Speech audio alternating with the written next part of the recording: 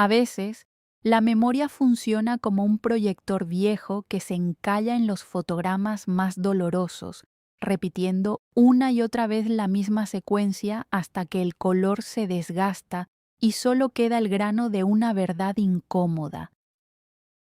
Me encuentro hoy sentada frente a una ventana que da a una calle cualquiera, observando cómo el mundo sigue su curso ajeno a los naufragios internos, y no puedo evitar pensar en cómo las personas que más necesitamos son, a menudo, las que más nos esforzamos por alejar. Siempre creí que el amor debía ser una tormenta, un estruendo constante de emociones contradictorias que te dejara sin aliento y con el corazón en la garganta. Confundí la adrenalina del conflicto con la profundidad del sentimiento, y en ese error, en esa búsqueda frenética de un fuego que terminara por consumirme, dejé escapar el calor constante de un hogar que nunca supe habitar. La reflexión me golpea ahora con la fuerza de un invierno tardío. Me autosaboteé no por falta de amor, sino por un miedo visceral a la paz. Todo comenzó en San Sebastián, una ciudad que parece diseñada para los comienzos lentos y las promesas susurradas bajo la lluvia. Recuerdo perfectamente la tarde en la que conocí a Julián. El aire olía a salitre y a piedra mojada, y el cielo tenía ese tono gris perla que solo el Cantábrico sabe vestir. Nos sentamos en una taberna pequeña, lejos del bullicio de los turistas, donde el sonido de las copas al chocar era el único acompañamiento a nuestra conversación. Julián no era el tipo de hombre que buscaba dominar el espacio. Su presencia era, más bien, una invitación a la calma. Tenía una forma de mirarme que me hacía sentir escuchada, no solo oída, y sus manos, firmes y tranquilas, sobre la mesa de madera, transmitían una seguridad que me resultaba inquietante. Esa primera cita no tuvo los fuegos artificiales a los que yo estaba acostumbrada, esos que suelen anunciar un desastre inminente. Fue algo mucho más peligroso para alguien como yo. Fue sencillo. Hablamos de libros que nos habían marcado, de nuestros miedos más absurdos y de cómo el mar siempre parecía tener las respuestas que nosotros no nos atrevíamos a formular. A medida que pasaban las semanas, lo que comenzó como una curiosidad se transformó en un vínculo que crecía con una naturalidad aterradora. Julián estaba allí, siempre. Si decía que llamaría a las 8, el teléfono sonaba exactamente a las 8. Si yo tenía un mal día en el trabajo, él aparecía con mi postre favorito sin que yo tuviera que pronunciar una sola palabra. Era una bondad genuina, una estabilidad que debería haber sido mi refugio, pero que empezó a actuar como un espejo que me devolvía una imagen de mí misma que no quería reconocer.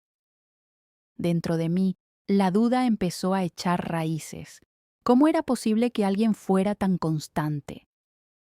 En mi lógica retorcida, la falta de drama equivalía a una falta de pasión. Empecé a buscar grietas donde no las había, a interpretar su paciencia como desinterés y su equilibrio como aburrimiento. Me encontraba a menudo sentada a su lado, sintiendo el calor de su brazo contra el mío, mientras mi mente gritaba que esto no podía ser real, que en algún momento el suelo se abriría bajo nuestros pies y que yo debía estar lista para el impacto antes de que él me soltara. El punto de inflexión ocurrió durante un viaje que hicimos a Oporto. Habíamos alquilado un apartamento pequeño con vistas al río Duero, y la ciudad nos envolvía con su melancolía dorada y sus cuestas interminables. Una noche subimos a una terraza que dominaba toda la ribera. El viento soplaba con suavidad, trayendo consigo el aroma del vino y del tiempo estancado. Julián se acercó a mí por la espalda, me rodeó con sus brazos y apoyó su barbilla en mi hombro. «Podría quedarme aquí siempre, contigo», me dijo en voz baja, con una sinceridad que me atravesó como una lanza.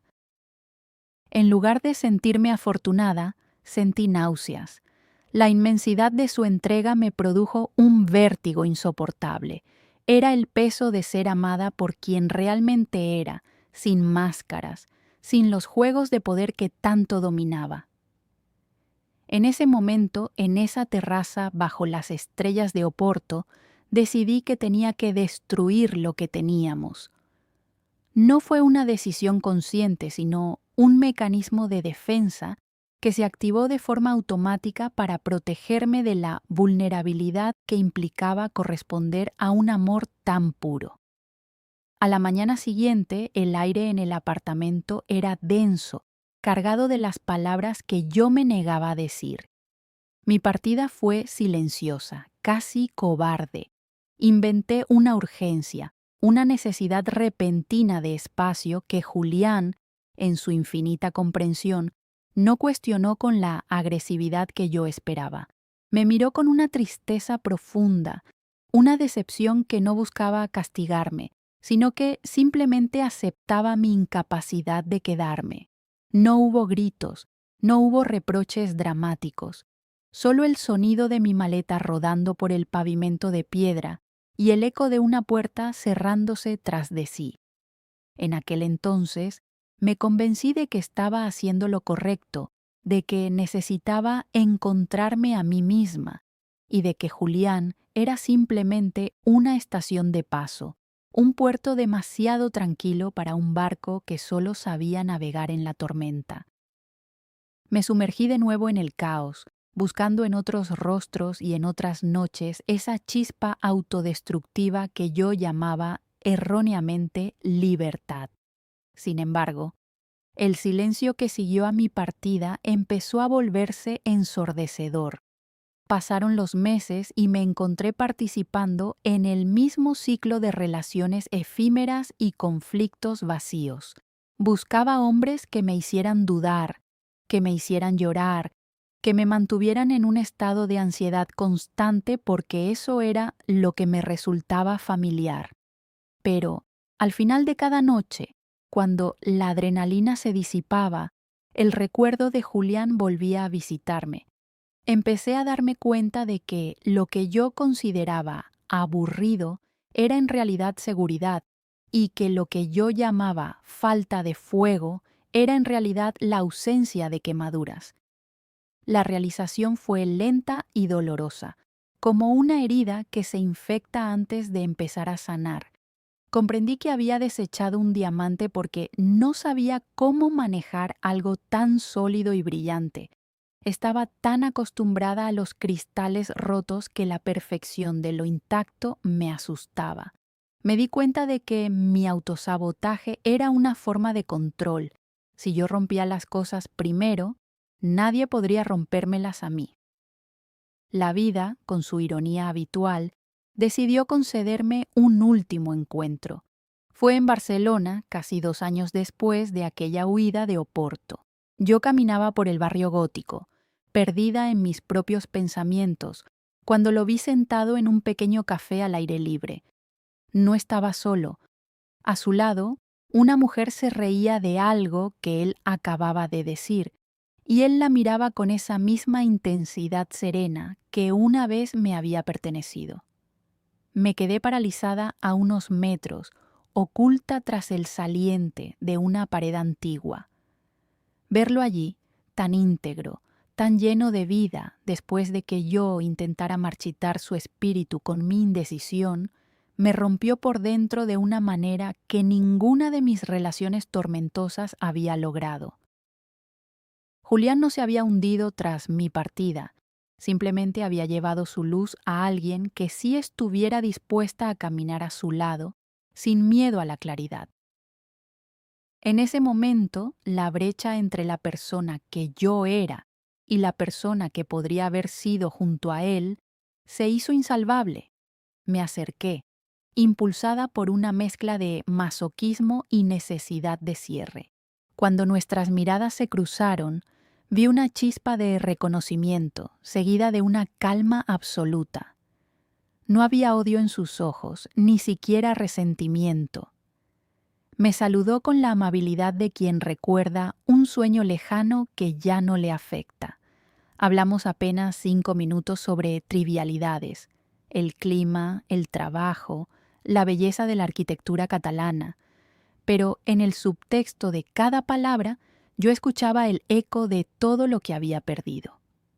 Al despedirnos, él me puso una mano en el hombro, un gesto breve y casto, y me deseó lo mejor. Mientras lo veía volver a su mesa, a su vida construida sobre cimientos que yo no me atreví a poner, comprendí que el castigo por mi autosabotaje no era la soledad, sino la conciencia plena de lo que había dejado ir por pura cobardía emocional. Caminé durante horas por las Ramblas, sintiendo el peso del arrepentimiento como una piedra en el zapato que te impide avanzar pero que te niegas a quitarte. El arrepentimiento es una emoción inútil si no genera cambio, pero, en mi caso, llegó demasiado tarde para salvar lo que tuve con Julián. Se ha convertido en una sombra que me acompaña, una lección grabada a fuego en el alma sobre la importancia de valorar la paz por encima del conflicto. He aprendido que la verdadera pasión no es la que te destruye, sino la que te construye día tras día con pequeños gestos de lealtad y ternura. Julián fue mi oportunidad de redención, mi oportunidad de salir del ciclo de dolor que yo misma había creado, y la desperdicié porque preferí la comodidad de mi propio desastre antes que el desafío de ser feliz. Ahora, cuando miro hacia atrás, veo mi historia no como un romance trágico, sino como el relato de una mujer que tuvo que perderlo todo para entender qué era lo que realmente importaba. La pérdida de Julián fue el precio que pagué por mi madurez, un precio altísimo que todavía sigo liquidando en cuotas de nostalgia cada vez que el cielo se tiñe de gris. A veces me pregunto si alguna vez volveré a encontrar a alguien que me mire con esa paciencia infinita, pero luego me corrijo. La pregunta no es si encontraré a otro Julián, sino si, cuando el amor vuelva a llamar a mi puerta con sus manos llenas de paz y estabilidad, seré finalmente lo suficientemente valiente como para abrir, dejarle pasar y, por primera vez en mi vida, decidirme a quedar, porque al final, el sabotaje más grande no es el que le hacemos a los demás, sino el que nos hacemos a nosotros mismos cuando nos convencemos de que no merecemos un amor que no nos haga sufrir.